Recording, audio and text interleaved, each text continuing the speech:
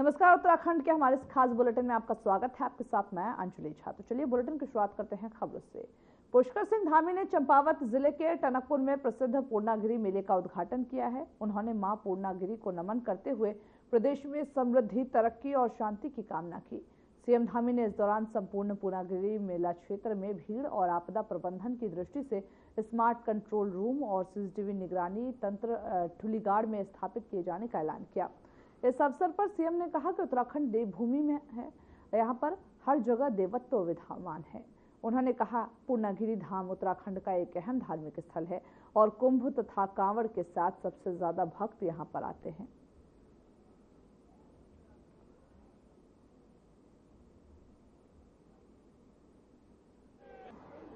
कुछ यहाँ पर मेले की दृष्टि से जो मैंने कहा कि मेला पूरे साल भर का मेला हो, उस दृष्टि से पूर्णागिरि मेले के संपूर्ण क्षेत्र में भीड़ प्रबंधन, आपदा प्रबंधन की दृष्टि से स्मार्ट कंट्रोल रूम और सीसीटीवी निगरानी तंत्र ठुलीगाड़ में स्थापित किया जाएगा। मैं इसकी आज यहाँ पर घोषणा करता हूँ और जिला प्रशासन के लोग तत्काल इसको अभी घोषणा में सम्मिलित करके तत्काल इसको भेजेंगे। इसकी डीपीआर इत्यादि बनवाकर विलंब न हो, तत्काल इसको बना लिया जाए। पूर्णागिरि मेले हेतु सेलागाड़ में बहुउद्देशीय प्रशासनिक भवन एक बनाया जाएगा, जिसमें मेला मजिस्ट्रेट, मेला अधिकारी, पुलिस चिकित्सकों आदि को एक स्थान पर एक साथ कार्य करने की सुविधा मिलेगी, जहां से पूरे मेले का संचालन और एक कंट्रोल के रूप में स्थापित होगा।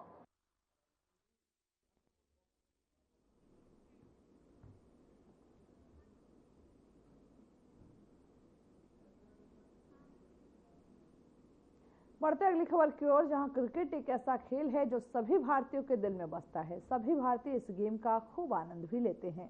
ऐसा ही एक नजारा देहरादून से देखने को मिला, जहां पर सीएम पुष्कर सिंह धामी अपने बेटे के साथ क्रिकेट खेलते हुए नजर आए। उन्होंने सोशल मीडिया पर तस्वीर और वीडियो भी साझा किया, जिसमें सीएम बेटे संग क्रिकेट खेलते हुए नजर आ रहे हैं। उन्होंने सोशल मीडिया पर लिखा, व्यस्त दिनचर्या के बीच आज बेटे के साथ क्रिकेट खेला। अनुशासित लाइफस्टाइल और नियमित व्यायाम ही स्वस्थ जीवन का आधार है।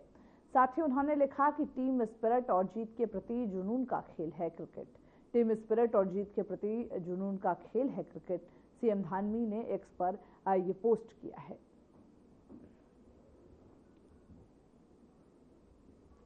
तो तस्वीरें आप देख पा रहे हैं, जहां पर सीएम धामी, उत्तराखंड के जो सीएम हैं, वो क्रिकेट खेलते हुए अपने बेटे के साथ नजर आ रहे हैं। और साथ ही साथ उन्होंने कहा कि व्यायाम का एक बड़ा जरिया होता है खेल, यानी कि हम खेल खेल कर भी अपने स्वास्थ्य को स्वस्थ रख सकते हैं और एक व्यस्ततम दिनचर्या के बीच कुछ ऐसा समय निकाल सकते हैं जो हमारे शरीर के प्रति जो एक्टिविटी है हमारी वो दिखाती है और जो सुस्ती है शरीर में उसको भी दूर कर। तस्वीरें और सोशल मीडिया पर वीडियो भी साझा किया है, जो हम आपको लगातार टीवी स्क्रीन पर दिखा रहे हैं।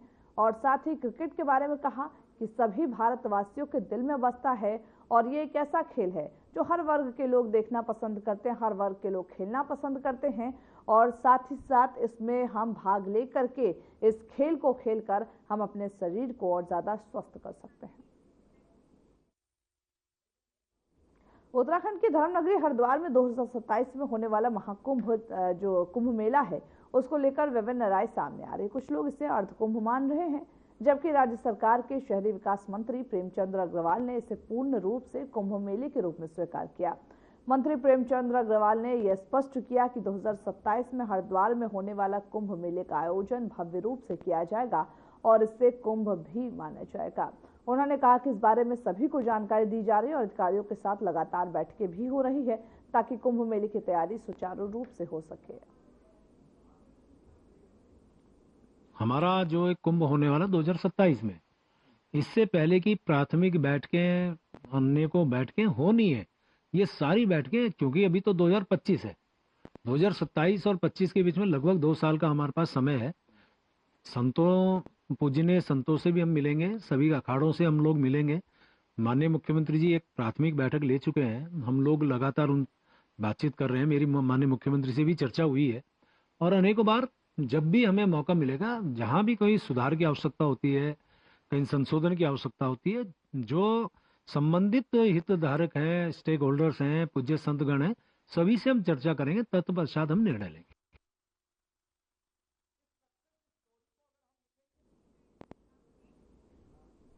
क्षेत्रीय पासपोर्ट कार्यालय ने प्रदेश के विभिन्न क्षेत्रों में मोबाइल वैन कैंप के माध्यम से पासपोर्ट बनवाने की सुविधा शुरू की है। वही क्षेत्रीय पासपोर्ट अधिकारी विजय शंकर पांडे ने बताया कि अब तक हमने विभिन्न क्षेत्रों में 5 कैंप आयोजित किए हैं, जिनमें से 600 से अधिक पासपोर्ट जारी किए गए।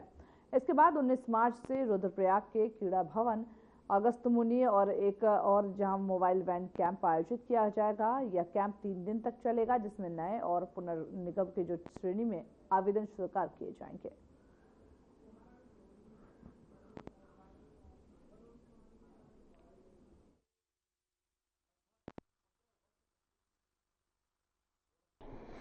देखें, जो हम अगला कैंप कर रहे हैं 19 से 21 मार्च 2025 में, ये अगस्त्यमुनि रुद्रप्रयाग में होने जा रहा है।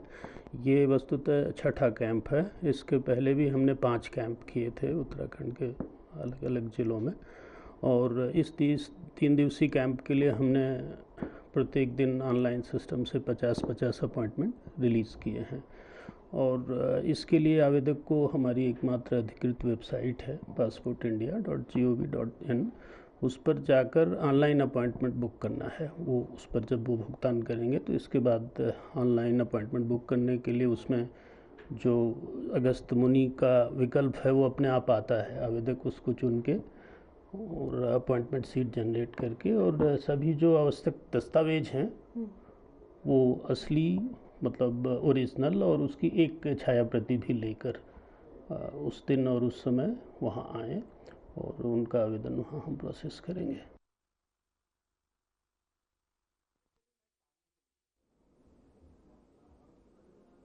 वह उत्तराखंड की 4 धाम यात्रा के लिए परिवहन निगम ने अपनी तैयारियां तेज कर दी है। श्रद्धालुओं की सुविधाओं को ध्यान में रखते हुए जो कोर कॉलेज से नारसन बॉर्डर तक अस्थायी बस स्टॉपेज बनाए जाएंगे, जिनके लिए संभावित स्थानों को चिन्हित कर लिया गया है। वही परिवहन निगम के अलावा पुलिस प्रशासन और अन्य विभाग भी यात्रा को सुगम बनाने के लिए अपनी ओर से प्रयास कर रहे हैं। रुड़की बस डिपो के एजीएम के मल्होत्रा ने यह बताया है कि हर साल 4 धाम यात्रा के दौरान उत्तराखंड में श्रद्धालुओं की भारी संख्या में भीड़ देखी जाती है, और इसी को ध्यान में रखते हुए इस बार विशेष तैयारियां भी की जा रही हैं।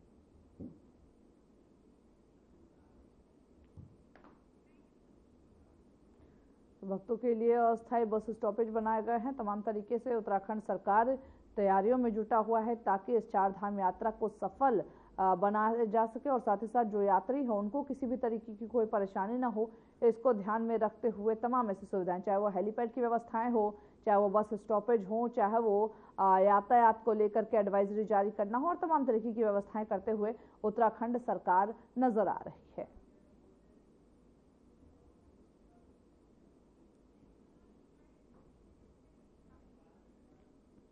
तो चलिए बढ़ते हैं अगली खबर की ओर, जहां पर देहरादून नगर निगम ने स्वच्छता रैंकिंग सुधार के लिए कार्यशाला आयोजित किया है। जहां नगर निगम ने शहर की स्वच्छता रैंकिंग में सुधार लाने के लिए लगातार प्रयास कर रही है, और इसी कड़ी में नगर निगम सभागार में कार्यशाला का आयोजन किया गया, जिसकी अध्यक्षता नगर आयुक्त नमामि बंसल ने किया। यह कार्यशाला स्वच्छ सर्वेक्षण 2024 से 2025 से संबंधित थी, जिसमें नगर निगम के अधिकारी, पर्यावरण मित्र और सफाई व्यवस्था से जुड़े जो अन्य लोग थे वो शामिल हुए। वही नगर आयुक्त नमामि बंसल ने इस अवसर पर कहा कि स्वच्छ सर्वेक्षण के तहत नागरिकों से फीडबैक लिया जा रहा, जो शहर की स्वच्छता रैंकिंग में महत्वपूर्ण भूमिका निभाएगा। उन्होंने अधिकारियों और कर्मचारियों से अपील भी की कि वे अधिक से अधिक नागरिकों को इस अभियान से जोड़े और उन्हें जागरूक करें। भारत सरकार द्वारा एनुअल सर्वे है क्लीनलीनेस का, which is also the largest cleanliness survey in the world. उसी की प्रक्रिया के दृष्टिगत इस बार विशेष प्रयास किए गए हैं कि देहरादून शहर की स्वच्छता रैंकिंग इम्प्रूव हो, और उस पर जो विभिन्न मानक दिए गए हैं, स्वच्छता रैंकिंग के पैरामीटर्स दिए गए हैं, उनको ध्यान में रखते हुए विशेष रूप से हमने जो पिछली बार हमारी कमियां रह गई थी उनको ध्यान देते हुए, उन पर विशेष ध्यान देते हुए प्रयास किया है कि हमारी स्वच्छता रैंकिंग इस बार इम्प्रूव हो। विभिन्न वार्ड्स में कुछ वार्ड्स शीर्ष अधिकारियों को बांटते हुए हमने स्वच्छता पेट्रोलिंग शुरू कराई है, और स्वच्छता पेट्रोलिंग के आधार पर विजिबल क्लीनलीनेस में काफ़ी सुधार लाया है। इसके अलावा जनता से भी फीडबैक लगातार लिया जा रहा है। जो हमारा डोर टू डोर कलेक्शन में कुछ इश्यूज़ आ रहे थे उनको भी रिजॉल्व किया गया है। क्लीनलीनेस ऑफ रिवर्स से लेकर के सोर्स सेग्रीगेशन तक व्यापक प्रयास किए गए हैं। और आईसी यानी कि जन जागरूकता के लिए भी काफ़ी हमने स्टेक होल्डर्स के साथ में कार्यशालाएँ आयोजित की हैं। तो पूरी उम्मीद है कि इस बार हमारी रैंकिंग में सुधार होगा।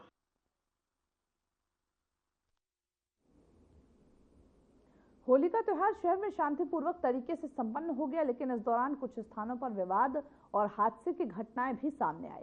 कई जगहों पर मामूली कहासुनी के कारण झगड़े हुए, तो वहीं कुछ लोग बाइक फिसलने से भी घायल हो गए। जिला अस्पताल की इमरजेंसी सेवा में होली के दिन शाम तक करीब 50 लोग इलाज के लिए पहुंचे। यहाँ पर अस्पताल अधिकारियों ने यह बताया कि घायलों को प्राथमिक उपचार दिया गया और अधिकांश को हालत में सुधार होने पर छुट्टी दे दी गई। हालांकि 7 लोगों को गंभीर हालत में हायर सेंटर के लिए रेफर किया गया।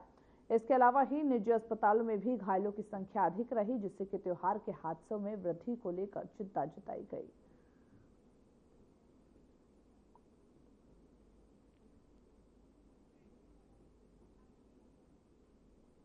तहसील विकास नगर क्षेत्र के ग्राम पंचायत आदुवाला के दर्जनों ग्रामीण सप्ताह भर से पानी की किल्लत से जूझ रहे हैं। ग्रामीणों का यह कहना है कि उन्होंने कई बार संबंधित विभाग के अधिकारियों से शिकायत की, लेकिन अब तक कोई भी समाधान नहीं हुआ। सड़क निर्माण कार्य के दौरान बलुपुर पावटा राष्ट्रीय राजमार्ग पर पानी और सिंचाई नहरों को नुकसान हो रहा, जिससे पानी की समस्या और बढ़ गई है। इसके अलावा गांव में पाइपलाइन लीकेज के कारण घर में गंदा पानी आ रहा, वही जिससे बीमारियों का जो खतरा है वो बढ़ रहा। ग्रामीण अब विभाग से शीघ्र ही समाधान की मांग कर रहे हैं।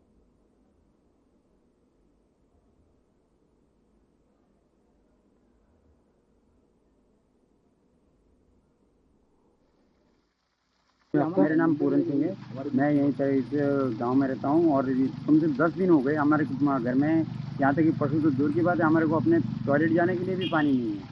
10 दिन से जूझ रहे हैं। कपड़ों की ढेर लगी पड़ी है। सारे हमारे जो आस पड़ोस के लोग हैं वो भी बोल रहे हैं, अरे यार पानी का कहीं मोटर खराब है क्या है क्या नहीं। जा करके देखा तो यहाँ तो पानी यहाँ बह रहा है। फोन कर रही है लोग, इन्होंने शिकायत भी करी, लेकिन कोई किसी को सुनवाई नहीं है। पता नहीं क्या काम, बीच बीच में यही होता रहता है यहाँ पे अक्सर। मतलब महीना पूरा नहीं जाता जिस समय 8-10 दिन का गैप ना हो पानी का। पानी की समस्या है, यहाँ पानी नहीं आ रहा हमारी बेल्ट में लगभग एक हफ्ता हो गया।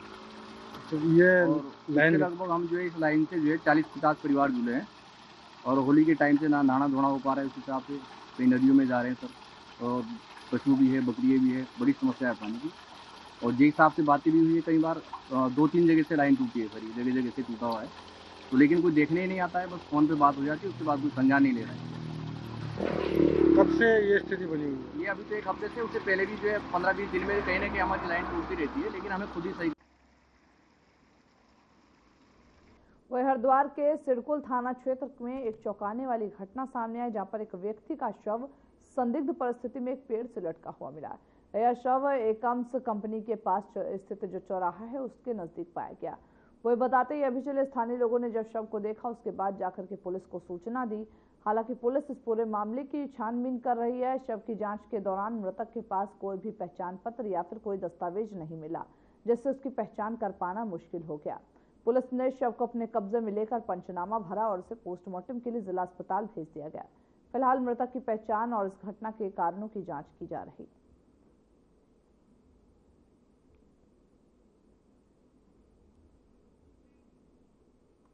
तो सिडकुल चौराहे पर संदिग्ध परिस्थितियों में शव को बरामद किया गया। हालांकि पुलिस इस पूरे मामले की छानबीन कर रही है कि क्या ये आत्महत्या है या फिर हत्या है। पूरे सभी एंगलों से पुलिस छानबीन करे, लेकिन बड़ी बात यह भी है कि मृतक के पास से कोई भी जो आईडी प्रूफ है वो नहीं मिला, जिसकी वजह से पुलिस को कहीं ना कहीं थोड़ी सी परेशानियां जरूर हो रही है।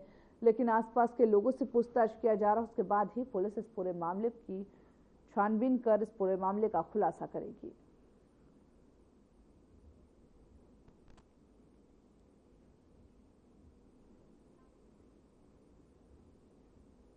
उत्तरकाशी में कल रात से मौसम ने एक बार फिर से करवट ली है। जहां एक और निचले इलाकों में गर्मी का आगाज हुआ था, तो वही रात से इन क्षेत्रों में जमकर बारिश हुई। बारिश के कारण तापमान में गिरावट आई और मौसम में ठंडक बढ़ गई।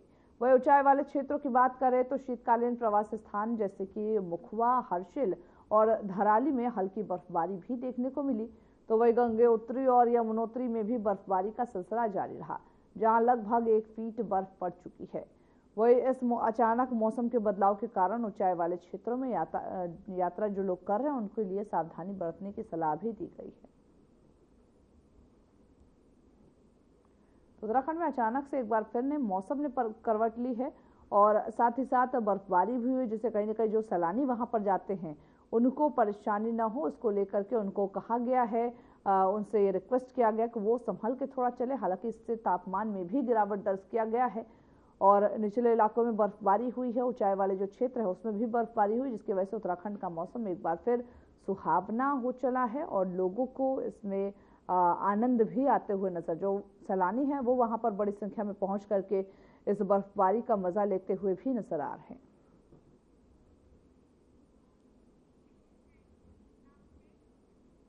वो उत्तराखंड में आज मौसम में बदलाव का अनुमान है। मौसम विभाग ने राज्य में बारिश और बर्फबारी को लेकर के पूर्वानुमान जारी किया है। मौसम विभाग के अनुसार उधम सिंह नगर जिले को छोड़कर बाकी सभी जिलों में हल्की से मध्यम बारिश होने की संभावना है। इसके अलावा ही 3200 मीटर से अधिक ऊंचाई वाले पहाड़ी क्षेत्रों में बर्फबारी की संभावना जताई गई है। मौसम विभाग ने यह भी बताया कि पश्चिमी विक्षोभ के सक्रिय होने के कारण यह मौसम में यहां पर बदलाव भी किया जा सकता है।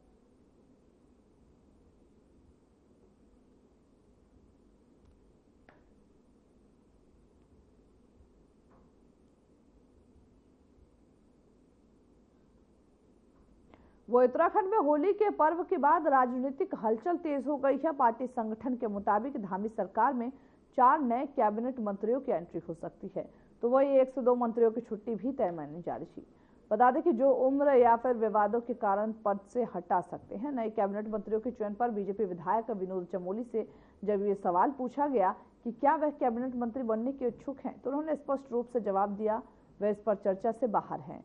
कहा कि जो भी जिम्मेदारी पार्टी सौंपेगी उसे पूर्व साथी जिस तरीके से ईमानदारी और निष्ठा के साथ निभाने के लिए वो तैयार हैं।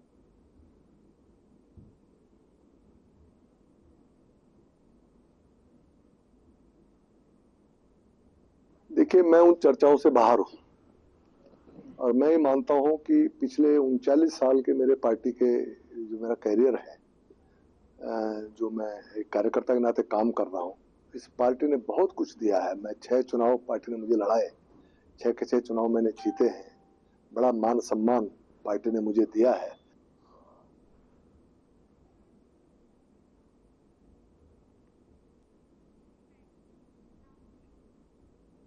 वही बीजेपी में धामी कैबिनेट के विस्तार की प्रक्रिया जोर शोर से चल रही है, जिससे नए चेहरों को मौका मिल सकता है। बीजेपी और संगठन के सूत्रों के मुताबिक उत्तराखंड की जो धामी कैबिनेट है उसमें जल्द ही विस्तार होने की संभावना है। पार्टी के विधायकों का मंत्री पद के लिए उत्साह बढ़ा हुआ है और तमाम बीजेपी विधायक इस अवसर का इंतजार कर रहे हैं। जानकारी के अनुसार धामी कैबिनेट में 2 मंत्रियों की छुट्टी और 4 नए मंत्रियों की एंट्री भी हो सकती है। इसके साथ ही कयास ये भी लगाए जा रहे हैं कि कैबिनेट में गढ़वाल और कुमाऊं दोनों ही क्षेत्रों से 2-2 मंत्रियों की एंट्री हो सकती है। कार्यकर्ता हूं, जिस तरह का आदेश करेंगे उसका निर्वहन करूंगा और पार्टी ने मुझे यहां तक पहुंचाने का काम किया, मैं इसी में खुश हूं।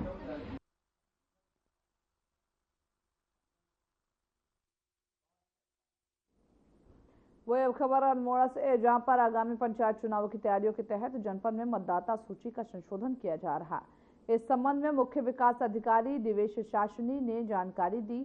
आगामी पंचायत चुनावों की प्रक्रिया को सफलतापूर्वक संपन्न करने के लिए निर्वाचक नामावलियों को 22 मार्च 2025 तक संशोधित किया जाएगा। मैसेज आप सभी के लिए ये रहेगा कि आजकल आप जैसे कि जानते हैं कि हमारे गांव में बहुत सारी खुली बैठकें हो रही हैं, क्योंकि हमारी पंचायत जो चुनाव आने वाले हैं उसकी निर्वाचन की जो हमारी इलेक्टोरल रोल्स हैं वो फाइनलाइज हो रहे हैं। तो मेरा आप सभी से अनुरोध है कि आप बढ़ चढ़ कर हमारे इन इलेक्टोरल रोल्स के लिए जो डिस्कशंस में खुली बैठकें हो रही है उसमें पार्टिसिपेट कीजिएगा एंड अपने ऑब्जेक्शंस, अपने नेम करेक्शंस और इससे रिलेटेड कोई भी इशू हो तो आप ज़रूर उन्हें हमें प्रॉपर अपने एप्लीकेशन फॉर्मेट में दीजिएगा, सो दैट हम चाहते हैं कि सभी लोग, जितने भी हमारे अल्मोड़ा की जनता है, इसमें उनका नाम सही रहे और अगर कोई त्रुटि होती है तो वो त्रुटि ठीक हो जाए। तो मेरा अनुरोध है कि आप सब लोग खुली बैठकों में जितनी भी हमारी बैठकें हो रही है उसमें प्रतिभाग कीजिएगा। एंड अगर कोई और इशू भी रहता है तो आप लोग हमारे ब्लॉक ऑफिसेज में भी जा सकते हैं, जिनकी पांडुलिपियां पड़ी हैं, और अपने गांव के या कोई भी इशू हो उनको देख सकते हैं पांडुलिपियों को और अपने इश्यूज को नोट करा सकते हैं, ताकि हम इस कार्यक्रम को और जो हमारे इलेक्टोरल रोल है उसको बहुत क्लीन बना सके। वही चारधाम यात्रा 2025 की शुरुआत 30 अप्रैल से होने जा रही है और इस साल यात्रा को लेकर के परिवहन विभाग ने यात्रियों की सुरक्षा और सुविधा को सर्वोच्च प्राथमिकता दी है। देहरादून के आरटीओ सुनील शर्मा ने यह बताया है कि इस साल चारधाम यात्रा के लिए लगभग 1800 गाड़ियां उपलब्ध रहेंगी, जो तीर्थ यात्रियों को आरामदायक और सुरक्षित यात्रा सुविधा प्रदान करेगी। सुनील शर्मा ने यह भी कहा कि जो विभाग है वो टूर ट्रेवल्स ऑपरेटर और टेम्पो ट्रेवल्स एसोसिएशन के साथ बैठक कर रहा, ताकि यात्रियों को हर संभव सहूलियत और सुरक्षा मिल सके।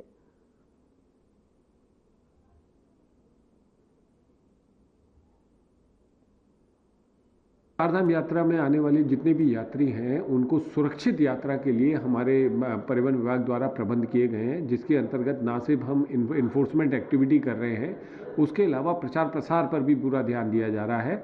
हम लोगों ने चेक पोस्टें जो हमने स्थापित करी हैं वो हाईटेक चेक पोस्टें हैं।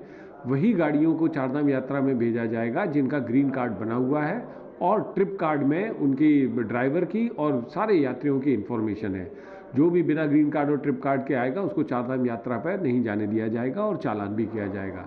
इसके अलावा लोगों को क्या क्या सावधानियां बरतनी है, इसके लिए हम सोशल मीडिया के माध्यम से और पेपर के माध्यम से डूज एंड डोंट, क्या करें क्या ना करें, उसके बारे में सबको सूचना दी जा रही है। और हमारा पूरा प्रयास है कि जो चारधाम यात्रा 2025 है बहुत अच्छी तरह से संपन्न हो, यात्रियों लोग प्रसन्न भी रहें और कंफर्टेबल यात्रा उनको सही दामों पर कराई जा सके।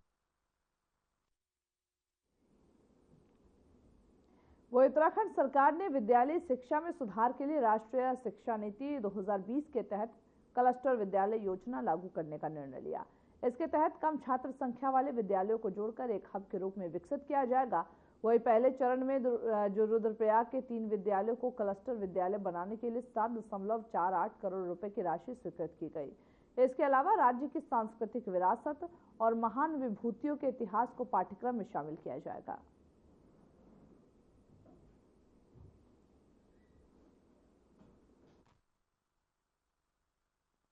नहीं, देखिए, माननीय मुख्यमंत्री जी द्वारा इसकी घोषणा की गई थी और माननीय मंत्री जी ने भी इसकी लगातार समीक्षा की थी और इसमें प्रदेश के समस्त जिलों के हम लोगों ने विषय विशेषज्ञ सम्मिलित करते हुए हमारी विरासत नाम से एक पुस्तक तैयार कराई है।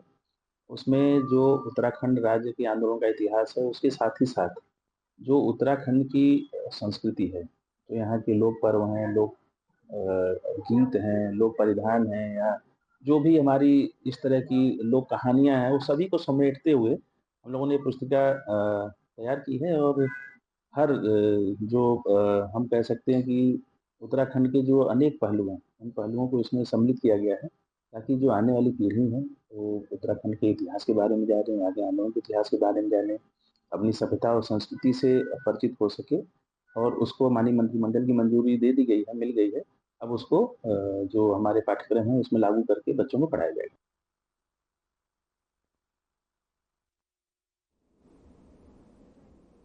तो चलिए, खबरों के हमारे इस बुलेटिन में बस इतना ही। मुझे दीजिए इजाजत। नमस्कार।